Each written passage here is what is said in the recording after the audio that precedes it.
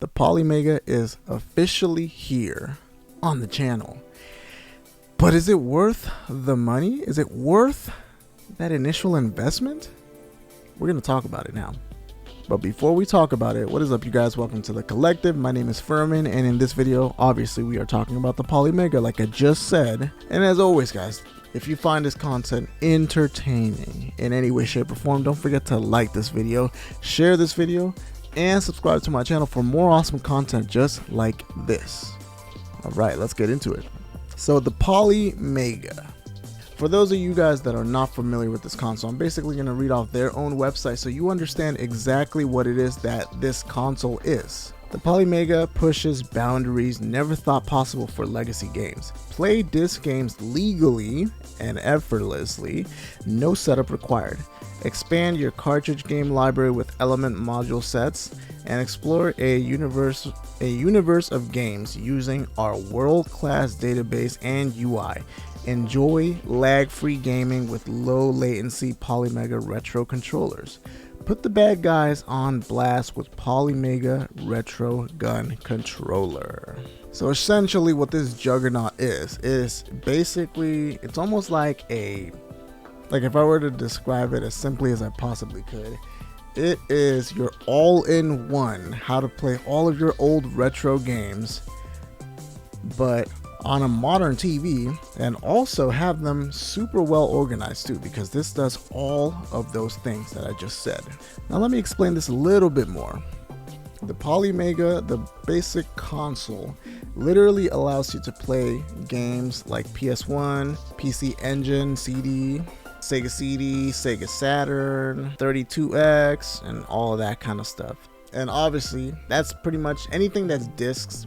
When it comes to those, it allows you to play like literally as soon as you open it up. But if you want to play like cartridge based games and stuff like that, you do have to buy the module.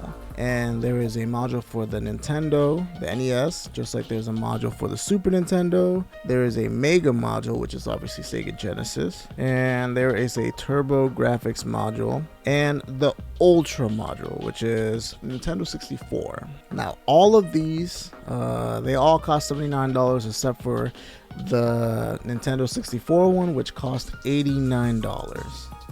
And yeah, that is kind of a steep price when it comes to just playing these specific game consoles. I do think it kind of sucks that you have to buy all of those different modules in order to play those things. I would have liked something that's a little more universal, you know, like a 4-in-1 type of thing where you pay, I don't know, $100 and it allows you to add these games onto it. But yeah, there is that. And then also the base unit plus the wireless controller costs $549, which is very expensive. Like, this is like, geez. That is kind of painful. I'm not gonna lie, it did hurt paying that. Luckily, I didn't have to pay this all up front because they use Shop Pay. And this is not a sponsorship. This is just me telling you guys, if you guys want to buy things that are a little more expensive, but you don't have the money to pay it all in one, then Shop Pay allows you to do that. And it gives you more flexibility than that too. It also allows you to pay in every 2 weeks, you know, 4 payments, or you could even like push it out a year. So you could do 12 payments, you know, 1 payment a month, and break it up even further. So that's how I was able to get this thing. Now I didn't get the modules because if I would have got the modules, it would have made it like $800, and that is a lot of money. So yeah, I'm still on the fence when it comes to the modules, but yeah. Now one thing that I really love about the PolyMega, it is the fact that it allows you not just to play the games on the console itself, but it allows you to legally copy those games that you own, the physical games that you put into it, and it allows you to copy them onto the system. So you can basically have a backup and you don't have to use your games anymore. You can just put them away, and that is amazing. Yeah, one thing that does suck though is that the unit ships with only 30 gigs of memory, which is kind of lame, but it allows you to expand your storage in many different ways. And I just happen to have my old M.2 SSD from my PS5, the old one I used to have, and I just put it in there and it freaking works. it freaking works. So now I have 2 terabytes worth of, you know, space that I can fill with retro games, and that is amazing. A little side note, there's no module for Game Boy, Game Boy Color, Game Boy Advance, which is, I think it's unacceptable, but you know, hopefully they do come out with this. This is the first of its kind when it comes to this console. So, you know, it's not perfect. It's not, yeah, by any means it is not perfect, but they are doing a good job. Now, the UI is something that I really like. It's got this really calm and like almost meditative music, and it's really nice, clean, simple, and you know, it consolidates all of the games that you add to it in a very clean and easily accessible way. And on top of that, it also shows you the games that you don't have in it, which is like really cool. So essentially what you have is you have a library of games that shows you what you're missing and what you might want to get. You know, even games that you've never even heard of are on there, and it might motivate you to buy them too. Now let's talk about some of the negatives when it comes to this console, because you know, obviously we have to talk about it. And I know this video is just like an initial thoughts video. It's just, I've only had it for a couple days and I've been messing with it, so I wanted to talk about it. The first negative is obviously going to be the controller. The PolyMega controller is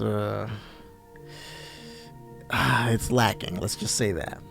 It is, in some ways, it is kind of a really nice controller, but it does have a very generic feel to it, so I'm not a big fan of that. And then on top of that, it has a dongle, which I hate dongles. I absolutely hate them. But look at how bad this looks. That's what the console looks like with the dongle on it. Look at that. This is insane. This is insane. Like mine's, I haven't even touched it that much, and it's wobbly. And you have to have this on there just like that. I kind of wish they would have added it to the back of the console, because at least, you know, it's not in the way. But I have kids, and I have this thing set up on my TV stand, and I never leave it on when I'm not using it, because I'm afraid that one of my kids might come over and like accidentally touch it too much or snap it, and whoops, I can't play the console anymore. So that is big, gigantic lame. I kind of wish they would have just had like a Bluetooth feature or something like that, where the controller just wirelessly connects, actually wireless, not, you know, thumb drive wireless. But yeah, I'm not a big fan of this, not at all. Also, I have been adding the majority of my PlayStation 1 library, and I added the one Sega Saturn game I have, and some Sega CD games to it. And you know, I'm just basically been adding a bunch of games to it, and I wish there was like a better notification to tell you like, hey, the game is done downloading, come get this thing out. Well, I guess I should say there is a notification, because it tells you when it's done downloading, it'll make a sound. But I kind of wish I could like watch TV and the console itself would tell me, like if it just flashed a light on it and let me know, hey, it's done downloading. I think that would be really cool. And then another thing that I did notice that is very, very concerning is when I've been playing some of the games, a few of them didn't really work. Like I think it was the bonus disc for Ridge Racer Type 4, where it lets you play like the classic Ridge Racer arcade game.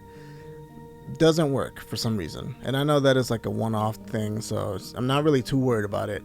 But I have noticed, as far as the video goes, there is like some weird, like the text on the screen have been like really blurry and kind of moving, like bouncy for some reason. So that is very concerning. And there is also a bit of like an audio lag, which the whole point of the console is there's not supposed to be any lag. There's not supposed to be any lag with the controller or with the video or audio or any of that stuff. And I have noticed a little bit of lag, a little bit of latency lag with the controller and with the video. So that is very concerning. That is like, hopefully they patch that. Hopefully they fix this thing, and you know, because that's one of their biggest selling points. So like, I'm just kind of like, how's that gonna work? Yeah, I don't really know how I feel about that, honestly. Now, when I was thinking about making this video, I was thinking about who this console would go for, because you know, initially it is $500. That is insane. you could buy a PS5 for that money. You could buy a PSVR 2 for that money, because you know it's $550. And honestly, I don't know who this is for. I don't know who this is really for. Like, I like having this, you know, downstairs in my living room area, so it's really nice. But I also have, like, behind you guys, I know you guys can't see it, but I have a big CRT. I got a 32-inch Sony TV that I use to play all these games. And yes, you know, the downstairs TV does look a lot better because it's, you know, it's a LG C10. It is 4K, 120, all that good stuff. It looks amazing.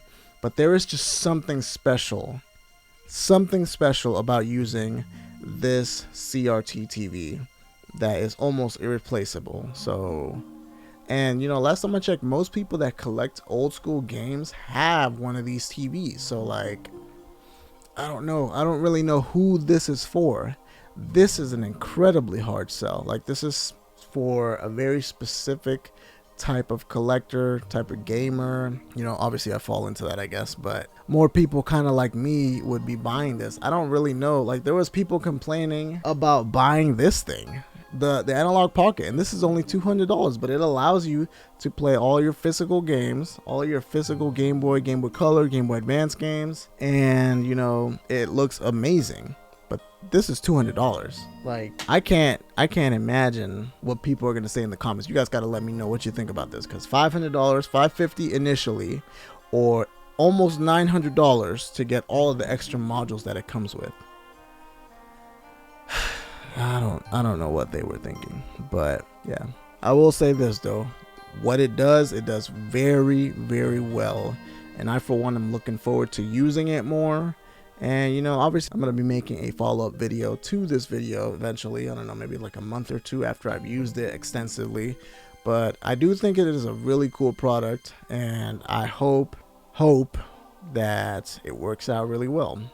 Oh wow, I almost forgot to mention the fact that, you know, I got this idea. I first heard about this from Happy Console Gamer. He's the one that gave me the idea to go out and buy this game, because apparently he was waiting for it for like years and he didn't get it, and he just recently got it. So when I put my order in, I was not expecting it to get it this fast. Like, it came instantly, like within a week or two. So yeah, there's that. All right guys, I hope you guys enjoyed this video, and if you guys have any questions about this thing, leave it in the comment section. And if you have one, let me know what you think about it. Let me know, are you enjoying it? Do you like it? Or is it really frustrating? Let me know. All right, guys, don't forget to like this video, share this video, and subscribe to my channel for more awesome content just like this. And we will see you guys on the next video.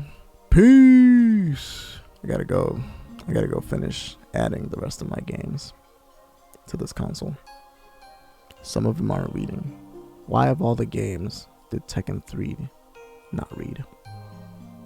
Shame.